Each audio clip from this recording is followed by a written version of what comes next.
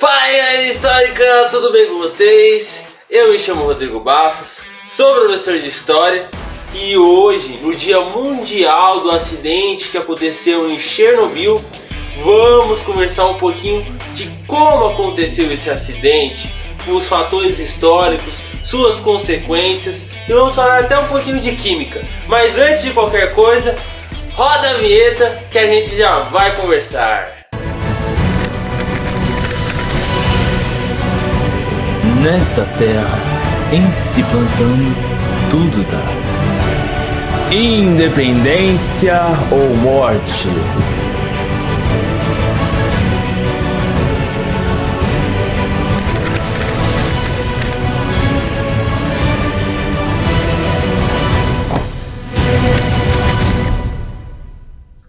Mas antes da gente começar, já vai deixando aqui seu like, porque esse vídeo vai ser incrível, é sobre atualidades, pode cair no vestibular, então não perca essa oportunidade de deixar aqui o seu like, de se inscrever para receber mais informações que podem te ajudar numa provinha que está por vir nesse ano de 2021. Então, vamos começar? O que aconteceu em Chernobyl?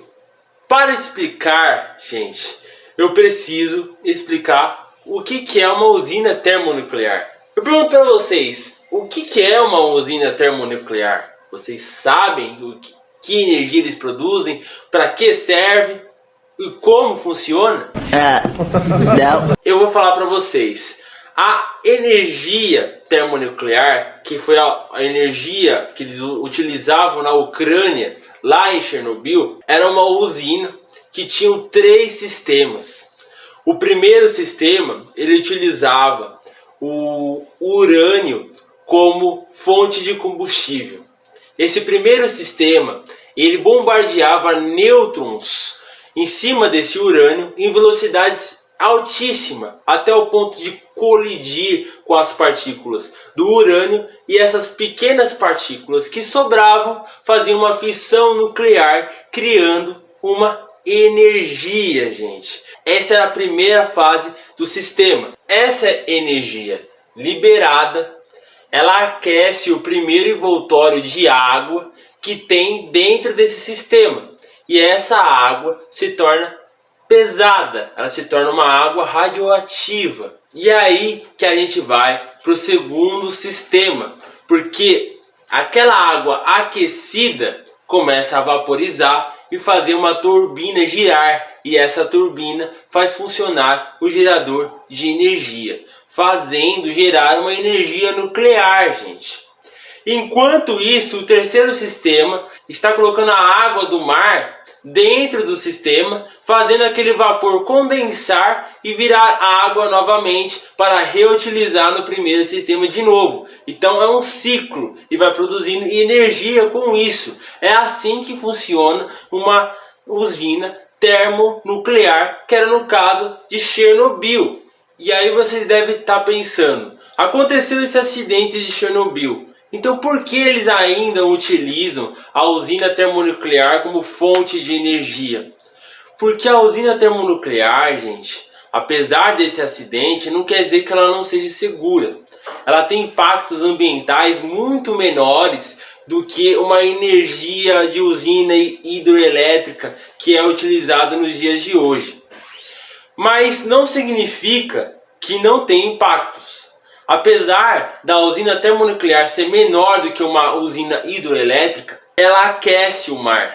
Aquecendo o mar para fazer esse processo que a gente conversou, ele tirou o oxigênio do mar. Tirando o oxigênio do mar, começa a morrer vidas marinhas, os peixes e outras espécies de animais que vivem dentro da água. Por isso que tem ressalvas também à energia termonuclear, apesar de todas as medidas de segurança que foram criadas após esse acidente. A usina de Chernobyl ficava ao lado da cidade ucraniana chamada Pripyat. Essa cidade era uma cidade onde os trabalhadores dormiam, ficava muito próximo de Chernobyl, para no outro dia ir trabalhar na usina. Então é uma cidade de trabalhadores, para os trabalhadores descansarem para no outro dia trabalharem dentro da usina. É uma cidade igual aquelas faculdades que a gente conhece, né? Que tem os dormitórios e tudo mais. Essa cidade tinha uma população média de 50 mil pessoas, gente. E assim começa a ser construída a usina de Chernobyl. E foram construídos 4 reatores. O primeiro reator foi construído em 1977, o segundo reator em 1978, o terceiro em 1981 e o quarto em 1983. E a usina começou a funcionar muito bem, começou a produzir a energia. E na época, aquela região da Ucrânia era um país só, né? E vivíamos naquela época da União Soviética, da Rússia, gente. Se vocês não lembram, eu ainda irei fazer um vídeo sobre Guerra Fria, sobre a União Soviética que surgiu, Segunda Guerra Mundial. Ainda a gente vai conversar sobre isso. Mas na época que era a União das Repúblicas Socialistas Soviéticas, estava muito em alta essa questão da usina termonuclear na Ucrânia. Ali dentro da usina não tinha trabalhadores qualificados, gente. Até mesmo o engenheiro-chefe que trabalhava dentro da usina, ele não tinha experiência nenhuma com energia termonuclear. E isso foi um problema. A maioria das evidências foram que foi erro humano, erro dos trabalhadores, erro dos engenheiros, infelizmente. Mas o que aconteceu? No dia 25 de abril de 1986, o reator 4 iria parar para fazer uma manutenção. Ok, algo comum é você pesquisar formas de melhorar, de arrumar algumas coisas que podem dar defeitos. Só que ao invés de parar para fazer manutenção, eles resolveram parar e fazer testes em cima desse reator. E isso começou um problema sério que vocês vão ver a partir daqui. Eles resolveram testar se o gerador continuava gerando energia, se ele diminuísse o máximo de energia dentro desse reator. Bom, eles diminuíram, a potência diminuiu e os números de nêutrons também diminuiu. E isso é um problema, porque havia um nível seguro de nêutrons que deveria ainda estar dentro daquele reator. Então, o que eles pensaram?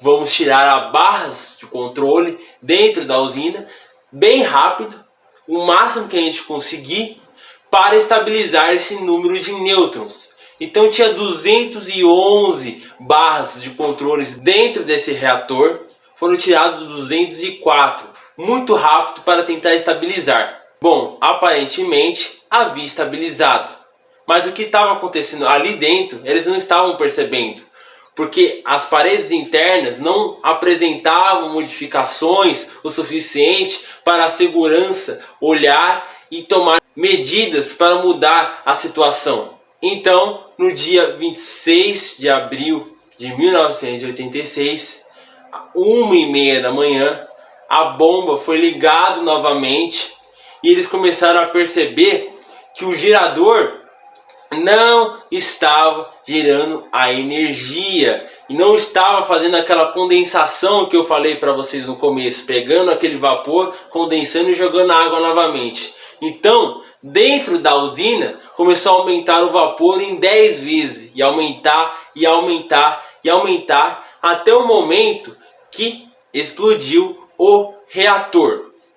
Eu vou explicar uma coisa para vocês. Dentro desse reator, haviam barras estabilizadoras, feitas de grafite e boro. Dentro desses reatores de usina termonucleares, eles costumam usar o grafite e o boro como fonte estabilizadora. Na de Chernobyl era carvão, gente. E o que aconteceu quando esse vapor explodiu o reator e o teto? Entrou o oxigênio, o carvão, como era combustível, explodiu e começou a gerar fogo. Pegando fogo, expõe o núcleo radioativo. Com o fogo gera fuligem, gera carbono e com isso começa a se espalhar toda radioatividade. Então resolveram chamar um especialista para ver o que poderia fazer. Então os bombeiros tomaram a frente e tentaram jogar água no fogo que estava se espalhando cada vez mais. Tentaram amenizar, mas na verdade o que eles estavam fazendo era piorar o caso, porque a água começou a vaporizar e aquela fumaça daquela água vaporizada era totalmente radioativa, espalhando mais radiação dentro daquela região. Qual foi o problema de tudo isso? Qual foi o maior erro de todos? Foi que eles acharam que ia conseguir estabilizar aquilo o mais rápido possível. Então demoraram para tornarem público o acidente. Eles só tornaram público depois de 36 horas. A cidade de Pripyat, que ficava a 18 km da cidade de Chernobyl, haviam praticamente já todos dizimados pelaquela radioatividade. E aí que entra um personagem importante para essa história. Se vocês já assistiram aquela série da HBO chamada Chernobyl, vocês já ouviram falar do professor Valery Legasov. Ele sugere que helicópteros comecem a derrubar em cima daquele incêndio areia e boro. O porquê disso? A areia iria abafar aquele fogo, fazendo apagar o fogo. E o boro, ele ia conter a emissão de nêutrons. Fazendo isso, ele continha também a emissão da radioatividade, diminuindo a radiação do local. Pensando assim, teoricamente, tudo daria certo. Mas não foi o que aconteceu. A temperatura do local estava a 2000 graus. A areia que foi jogada começou a ser derretida e se tornar lava. A principal preocupação qual que era? Descobriram que embaixo da usina termonuclear passava uma rede de água. Então essa água a qualquer momento podia fazer os outros reatores também explodir. Então o professor Legasov resolveu recrutar 3 pessoas que viviam ali no local e sabiam como desligar essa rede de esgoto e sabiam desligar essa rede de esgoto. Ele conversou com diversos políticos para isso acontecer. E foi o que realmente aconteceu. Essas 3 pessoas desceram e desligaram os encanamentos. Assim, aparentemente, tinham contido o acidente e toda a sua proporção. Aparentemente apenas. Porque as consequências iriam vir depois. Porque quais eram essas consequências? A da radiação que afetou os organismos das pessoas. E vocês devem se perguntar, o que a radiação faz no nosso organismo? A radiação, em excesso, ela dilacera células. As pessoas começam, com o tempo, a ficar com suas peles queimadas. Após isso, as suas peles começam a ficar pretas. Mas aí você vai começar a sentir uma sensação que parece ter melhorado até. Mas depois de alguns dias, o efeito começa a se intensificar. Células começam a se dilacerar cada vez mais, tecidos começam a morrer, órgãos começam a falhar, seu sistema imunológico é reduzido a zero, suas veias e artérias começam a jogar sangue que nem uma mangueira dentro do seu organismo. E você começa a morrer de dentro para fora. As pessoas com exposições moderadas de radiação, um tempo depois, o seu DNA vai ser modificado, a pessoa pode ter câncer e também uma coisa chamada anemia aplástica. Essas são as consequências da exposição da radiação. Dentro de 3 dias a 3 semanas, as pessoas que foram expostas à radiação de forma direta, elas morreram. Foi afetado a região de 3 países: Ucrânia, Bielorrússia e Rússia. E até hoje esses efeitos são surtidos dentro do país. Inclusive a região de Chernobyl é inabitável. E dizem que ela só pode começar a ser habitável em 2065. Gente, o acidente aconteceu em 1986 e só vai começar a ser habitável novamente em 2065. A cidade de Pripyat, que eu falei para vocês, que é a cidade dos trabalhadores, também foi considerada inabitável. As pessoas costumam às vezes ir lá por 15 dias e voltar apenas com permissão do governo ucraniano. E ainda 3% do PIB ainda vai para esse caso de Chernobyl ainda dentro do país, que foi uma cicatriz incurável dentro do governo ucraniano. Foi uma falha tremenda. E eu vou falar também alguns episódios que acontecem ali na série, inclusive que um bombeiro pega o grafite na mão, que era uma fonte estabilizadora. Aquele grafite estava cheio de nêutrons, e esses nêutrons estavam contidos ali todo o urânio, toda a radiação do urânio. Então você percebe que quando o bombeiro retira a luva da mão, a sua mão estava toda queimada. Sim, gente, era o efeito da radiação. E tem uma outra coisa. Todas as pessoas que tiveram contato com a radiação começam a sentir um gosto de metal na boca. Por que isso aconteceu? Porque as células dilaceradas, rapidamente, o corpo também começa a jogar hemácias para produzir mais células dentro do seu sangue. E quanto mais hemácias, mais começa a ser produzido o ferro.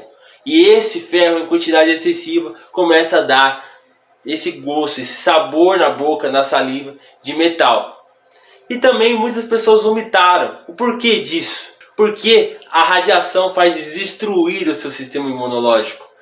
Destruindo o seu sistema imunológico, o que o corpo faz? Ele decide expulsar tudo que está dentro do seu corpo. Então as pessoas vomitavam. Isso é muito comum, é que nem quando a gente come alguma coisa estragada. A primeira reação do corpo é expulsar tudo que está dentro ali do estômago para fora. Então é uma reação muito comum. Gente, esse acidente foi algo que abalou o mundo. Ninguém esperava uma coisa como essa. E vocês devem estar se perguntando, como que o Brasil também pode ter sido afetado de certa forma por esse acidente de Chernobyl? Porque no Brasil também há uma usina termonuclear que fica em Angra dos Reis, gente.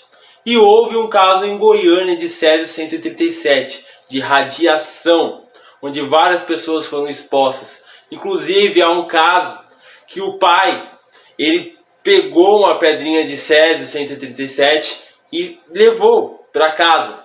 O pai cozinhou dentro de casa, o pai abraçou os seus filhos. Após poucos dias, esse pai acabou falecendo. E a sua filha, que tomou da sua sopa, abraçou o seu pai, se tornou emissora de radiação. Ela não morreu, mas se tornou uma emissora de radiação. E, gente, depois desse acidente de Chernobyl, várias usinas termonucleares aumentaram a sua segurança. Inclusive, a usina de Angra dos Reis, que é aqui do Brasil, no Rio de Janeiro, ela possui uma fonte estabilizadora. Não é de grafite ou de bório que nem é na usina de Chernobyl. É feito de água pressurizada, gente. E essa água pressurizada aguenta, sustenta muito mais a temperatura em altos casos. Então é muito mais seguro. E, gente, uma curiosidade é que a usina de Chernobyl só parou de funcionar nos anos 2000. Então, de 1986 até nos anos 2000, continuou funcionando normalmente, até que o presidente russo resolve parar tudo.